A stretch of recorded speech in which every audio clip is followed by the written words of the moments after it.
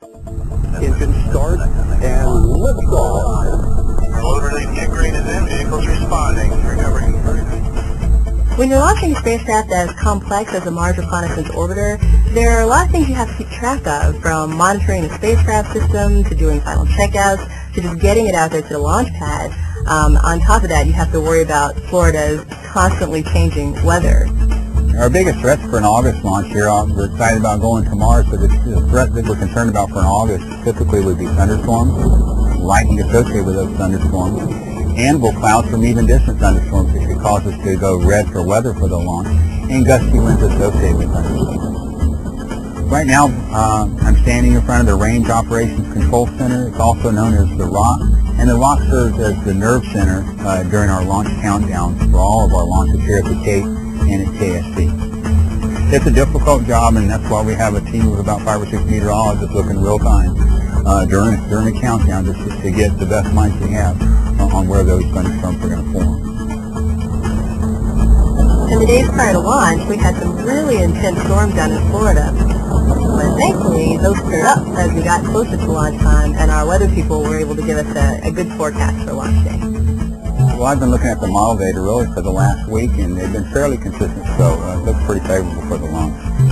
It's exciting, we're a day out, we've been planning it for some time now. We're really less than 24 hours, so it's exciting, fixing to go home, get some rest, and come back tonight around midnight and get into the count, and hopefully we'll see the weather as expected and get this off tomorrow morning.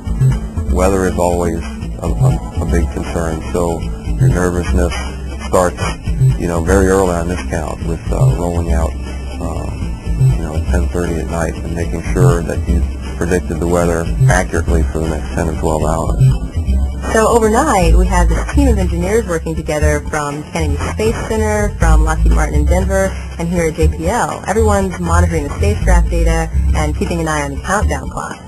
As we go into morning, we get this beautiful sunrise over the Atlantic, like you get down in Florida. And we've got alligators swimming in and out of the river down by the launch pad as we're going into the final countdown. When you're sitting at your console on launch day, it's an extraordinarily exciting time. You're clicking down the minutes. You're seeing it get closer and closer to launch. There's a lot of anxiety in the room. At the same time, there's a lot of focus.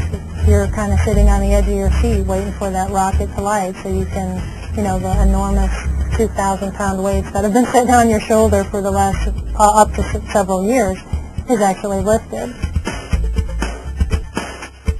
Status check for continuing the countdown. Umbilical retract. Go. Atlas propulsion. Go. Atlas hydraulics. Go. Flight control. Go. Instrumentation. Go. Communications. Go. Hub safety manager. Go. Hub safety officer. Go. Redline monitor. Go. Launch director. Launch directors. Go. Launch enabled. T-minus 10, 9, 8, 7, 6, 5, 4, 3, 2, 1, ignition, and liftoff of Atlas V rocket to MRO, survey for the deepest insight, serious evolution.